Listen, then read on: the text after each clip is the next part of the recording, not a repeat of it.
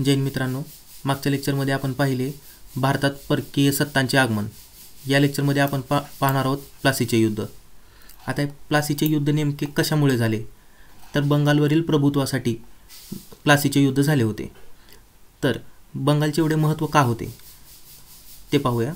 तेव्हाचा बंगाल म्हणजे पश्चिम बंगाल, बांगलादेश आणि ओरिसा आणि बिहार यांचा मिळून होता. भारताच्या निम्म्यापेक्षा जास्त व्यापार बंगालमधून होत होता. आता बंगालचा तत्कालीन सुभेदार शहा शुजाने काय केलं, तर ईस्ट इंडिया कंपनीला 350 पाऊंडमध्ये व्यापारी सनदा दिल्या. या व्यापारी सनदाचा अर्थ असा होतो की तुम्हाला व्यापारासाठी बरेच सुविधा भेटत होत्या. टॅक्स भरण्याची गरज नाही, अशा बऱ्याच सुविधा भेटायच्या. आणि त्या सुविधांचा वापर करत लगेच ब्रिटिशांनी काय केलं, कासिम बाजार, पाटणा, राजमहाल, हुगळी येथे वखारी स्थापन केल्या. त्याच्यानंतर परत मुघल बादशाह फारुख सियारने ईस्ट इंडिया कंपनीला व्यापारी सवलती देणारे काही फरमान जाहीर केले. त्यानुसार सीमा शुल्क कस्टम ड्युटी न भरता व्यापाराची परवानगी दिली. आता हे सीमा शुल्क कस्टम ड्युटी हा भाग इकॉनॉमिक्समध्ये येतो, परंतु आता शॉर्टमध्ये मी तुम्हाला सांगून देतो. समजा भारतातून काही गोष्टी अमेरिकेला एक्सपोर्ट करायची, ती गोष्ट समजा 100 रुपयाची आहे, त्याच्यावरती अमेरिकेने लावली 20% कस्टम ड्युटी, तर ती अमेरिकेमध्ये कितीला होईल, 120 रुपयाला ती गोष्ट विकली जाईल. परंतु कस्टम ड्युटी जर माफ केली गेली तर 100 रुपयेच त्याची अमेरिकेमध्ये किंमत राहील. आणि किंमत कमी असल्यामुळे काय होईल, तर अमेरिकेमध्ये भारतीय वस्तूची खपत जास्त होईल. तर आता या केसमध्ये काय आहे, भारतात ब्रिटिशांना कस्टम ड्युटी न भरता व्यापाराची परवानगी भेटली. त्यामुळे ब्रिटिशांचा माल भारतामध्ये स्वस्त होणार होता आणि त्यांची खपत होऊन ब्रिटिशांना जास्त फायदा होणार होता. त्यानंतर ईस्ट इंडिया कंपनी अधिक जमिनी घेऊ शकतील. मुघलांचे शिक्के ब्रिटिशांच्या बॉम्बे येथील टाकसाळीत पडण्याचे आदेश देखील दिले गेले. आता एक यावरील किस्सा सांगतो. ज्यावेळेस छत्रपती शिवाजी महाराजांचा राज्याभिषेक सोहळा चालू होता, त्यावेळेस जे कोणी दरबारात येतील त्यांना छत्रपती शिवाजी महाराज त्यांच्या स्वखुशीने जे काही मागतील ते देऊन टाकत होते. परंतु त्यावेळेस ब्रिटिश आले तिथे आणि ब्रिटिशांनी महाराजांना टाकसाळ पाडण्याचे, त्यांना शिक्के जे टाकसाळ पाडतात ते मागितले. तर महाराजांची विचार करण्याची कॅपॅसिटी बघा मित्रांनो. त्यावेळेस त्यांनी ओळखलं महाराजांनी की यांचे हे ब्रिटिशांचे जे विचार आहेत हे बरोबर नाहीत, हे आपल्याला स्वराज्यासाठी परत नुकसानीचं ठरेल. यासाठी त्यांनी ते देऊ केलं नाही आणि लगेच आरमार देखील उभारणीला घेतली.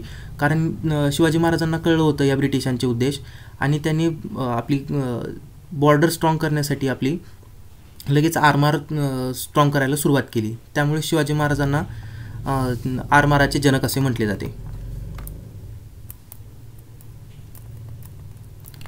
आता पुढे पाहूया सिराज उद्दौलाबद्दल माहिती. अली वर्दी खान याच्या मृत्यूनंतर त्याचा नातू सिराज उद्दौला सत्तेत आला. त्याला शौकत जंग, घसीटी बेगम, सरदार राय दुर्लभ आणि राय भगत, जगत सेठ तसेच करांमुळे हिंदू जनता आणि ईस्ट इंडिया कंपनी यांचा विरोध होता. आता प्लासीच्या लढाईची आपण कारणे पाहूयात. नवाबाविरुद्ध बंड करणारा कृष्णादास याने फोर्ट विल्यममध्ये आश्रय घेतला आणि ब्रिटिशांनी त्याला नवाबाकडे सोपवण्यास नकार दिला. 1753 ते 63 च्या ब्रिटिश फ्रेंच 7 इयर वॉरचे कारण देत ब्रिटिशांनी फोर्ट विल्यमवर तोफा सजवायला सुरुवात केली. आता फोर्ट विल्यमवर 1757 यायला पाहिजे. ब्रिटिश फ्रेंच हे यांचं भांडण चालू होतं, त्याला 7 इयर वॉर असे म्हणतात. ब्रिटिशांनी फोर्ट विल्यमवर त्याचे कारण देऊन तोफा सजवायला सुरुवात केली. त्यामुळे नवाबाने माणिकचंदला फोर्ट विल्यमवर लढाईला पाठवून फोर्ट विल्यम किल्ला ताब्यात घेतला.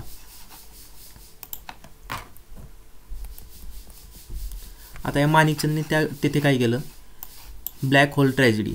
माणिकचंद याने 146 बायका लेकरांसहित इंग्रज अधिकाऱ्यांना एका छोट्या अंधाऱ्या खोलीत ठेवले. त्यात 123 जणांचा गुदमरून मृत्यू झाला. याला अंधार कोठडीची घटना म्हणतात. या घटनेमुळे ईस्ट इंडिया कंपनी नवाबावर चिडली. बंगालचा पहिला गव्हर्नर रॉबर्ट क्लाइव्ह याला त्याच्याकडे असलेल्या कमी सैन्यबळाची जाणीव होती. त्यामुळे तो नवाबाच्या विरोधकांना जवळ करू लागला. आत्ताच मी तुम्हाला सांगितलं, घसीटी बेगम, जगतराय वगैरे जे विरोधी माणसं होते त्यांना तो जवळ करू लागला. याच विरोधकांनी युद्धासाठी रॉबर्ट क्लाइव्हला प्रचंड पैसा दिला आणि त्याच पैशातून रॉबर्ट क्लाइव्हने माणिकचंदला लाच दिली आणि फोर्ट विल्यम किल्ला जो माणिकचंदने ताब्यात घेतलेला होता तो परत त्याच्याकडून लाच देऊन रॉबर्ट क्लाइव्हने परत ताब्यात घेतला. आता ही गोष्ट ऐकल्यानंतर सिराज उद्दौला 50,000चे सैन्य घेऊन फोर्ट विल्यमकडे चाल करायला निघून आला. दोन्ही सैन्य प्लासीच्या मैदानावर युद्धासाठी जमले.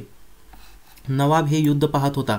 तेवढ्यात मीर जाफर त्याला म्हणाला, हे युद्ध जिंकणे फार कठीण नाही, हे युद्ध आम्ही जिंकून देऊ. त्यामुळे सिराज उद्दौला परत निघाला. आता येथे हे सिराज उद्दौलाची चूक झाली होती. का तर मीर जाफर फितूर होता. त्याला रॉबर्ट क्लाईव्हचा माणूस होता तो. आता जो सिराज उद्दौलाचा जो सेनापती होता मीर मदान ची हत्या करण्यात ब्रिटिशांना यश आले आणि मीर जाफरने युद्ध रोखून हार पत्कारली. हे बघा, लगेच काय केले मीर जाफरने, मीर मदानची हत्या झाली. त्यानंतर मीर मजार कंट्रोल घेतला पूर्ण युद्धाचा आणि त्याने हार पत्करली आणि ब्रिटिशांसोबत हात मिळवणी करून मुर्शिदाबादवर हल्ला केला आणि सिराज उद्दौलाची कत्तल करून मीर जाफरला ब्रिटिशांनी नवाब बनवले. अशा प्रकारे पूर्ण बंगाल प्लासीच्या लढाईने ब्रिटिशांच्या हाती गेले.